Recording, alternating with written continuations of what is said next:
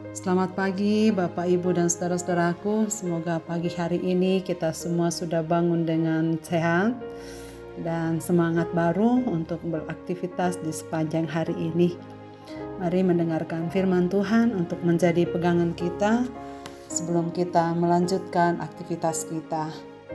Roma pasal 8 ayat 26. Demikian juga Roh membantu kita dalam kelemahan kita, sebab kita tidak tahu bagaimana sebenarnya harus berdoa.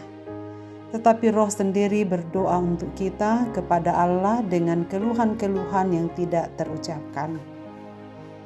Saudaraku, pernahkah mengalami saat di mana kita tak tahu apa yang akan kita katakan kepada Allah dalam doa? Pernahkah mengalami bahwa susah sekali untuk membuka mulut dan tidak tahu apa yang akan dikatakan? Memang saudara sekalian, pada saat kita mengalami berbagai penderitaan, waktu kita lemah, waktu kita sedang merintih, kecewa, dalam kondisi ini kadang kita tidak tahu bagaimana sebenarnya kita harus berdoa. Di satu sisi kita ingin lepas dari pengalaman yang tidak menyenangkan itu. Kita ingin memiliki pengalaman baru yang lebih baik.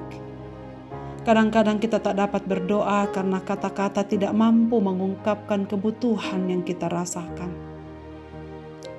Tidak semua hal bisa kita sampaikan dalam kata-kata kepada Tuhan. Ada banyak isi hati kita yang tak bisa kita ucapkan karena keterbatasan dan kemampuan kita berkata-kata kepada Tuhan. Alkitab sendiri mengingatkan kita bahwa memang pada waktu kita menderita, waktu kita lemah, waktu kita merintih, kita tidak tahu bagaimana harus berdoa. Puji syukur kepada Tuhan, sebab Yesus Kristus meninggalkan kita di dunia ini. Ia telah meminta kepada Bapa agar kita diberikan seorang penolong. Yohanes 14 ayat 16. Seorang Palaklete yang berarti penghibur atau penasehat. Dialah Roh Kudus, yakni penolong yang disediakan bagi kita untuk menyatakan kebutuhan-kebutuhan kita kepada Allah Bapa melalui doa. Tanggapan Roh atas keluhan-keluhan yang tidak terucapkan menunjukkan betapa Allah melalui Roh-Nya memasuki pengalaman kita. Inilah bukti nyata dari penyertaan bahwa Ia selalu bersama kita. Kita tidak sendiri, bahkan Ia sendiri mengalami apa yang sedang kita alami. Ia turut prihatin dengan segala keprihatinan kita. Ia turut menderita dengan segala penderitaan kita. Dan di sini kita melihat peran Roh Kudus sebagai penghibur meliputi dua aspek. Aspek pertama, Dia adalah sumber penghiburan bagi orang yang terluka, bagi orang yang putus asa dan berduka cita. Saudara sekalian, ayat ini menghibur kita bahwa apapun yang sedang terjadi dalam hidup kita, kita memiliki seorang penolong, seorang penghibur yang akan memberikan pertolongan kita dalam masa-masa sukar ini. Aspek kedua, Dia memberikan kekuatan. Dia memperlengkapi kita dengan semangat dan keberanian baru. Roh Kudus membantu orang percaya mengungkapkan kebutuhannya kepada Allah Bapa. Dan kata membantu dalam ayat ini berarti Roh Kudus bukan hanya sekedar menolong, tetapi bersama-sama secara terus-menerus menanggung beban kita. Dan karena doa kita tidak sempurna, dan karena kelemahan dan keberdosaan kita, maka Roh Kudus membantu menyempurnakannya. Roh Kudus tahu yang terbaik bagi orang percaya dan juga tahu dengan jelas apa yang kita butuhkan. Roh Kudus inilah yang secara aktif bekerja di dalam diri anak-anaknya. Karena Allah tahu apa yang terbaik bagi setiap anak-anaknya, maka Dia akan menjawab doa kita sesuai dengan kehendaknya. Saudaraku, bagaimana dengan keadaan kita saat ini? Apakah kita sedang membutuhkan pertolongannya? Namun kita tidak tahu bagaimana memintanya. Jangan khawatir. Katakan padanya apa yang sedang kita rasakan. Katakan saja bahwa kita khawatir. Untuk berdoa saja kita tidak mungkin bisa.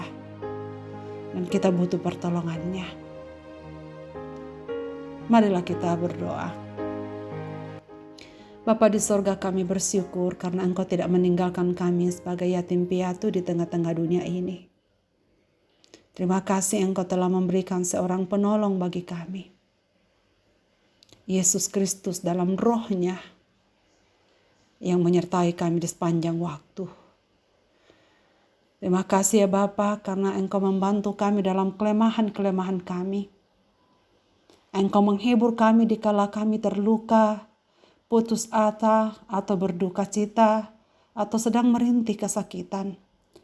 Atau kami berada pada situasi yang kami tak sendiri tak mengerti. Terima kasih Bapa karena Engkau memberikan kekuatan, memperlengkapi kami, dan memberikan kami semangat baru dan keberanian untuk menjalani hari-hari ke depan. Bapa di sorga, pada pagi ini kami menyerahkan diri dalam tangan pimpinan-Mu. Dalam keadaan kami masing-masing, dalam keadaan umat-umat-Mu, dalam pergumulan mereka yang berbeda-beda, dimanapun mereka berada. Mari ya Tuhan, Engkau turut campur tangan dalam hidup kami. Bantulah kami dalam segala kelemahan-kelemahan kami. Bahkan ketika kami tidak tahu harus berdoa seperti apa kepadamu. Biarlah firman-Mu pagi ini menjadi pegangan kami. Kami rindu merasakan pertolongan-Mu ya Roh Kudus. Kami rindu mengalami kehadiran-Mu dalam suasana hidup kami. Berkati umat-umat-Mu yang sedang mengeluh saat ini, yang sedang menderita karena sakit penyakit, karena duka derita yang mereka alami, atau karena kesulitan-kesulitan lain dalam hidupnya. Terima kasih Engkau mengirim seorang penolong bagi kami.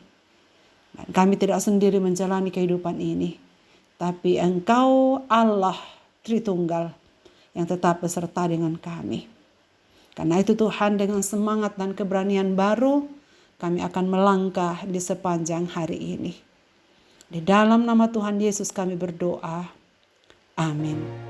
Selamat pagi Bapak, Ibu, dan Saudaraku. Selamat beraktivitas. Roh Kudus menolong kita. Amin.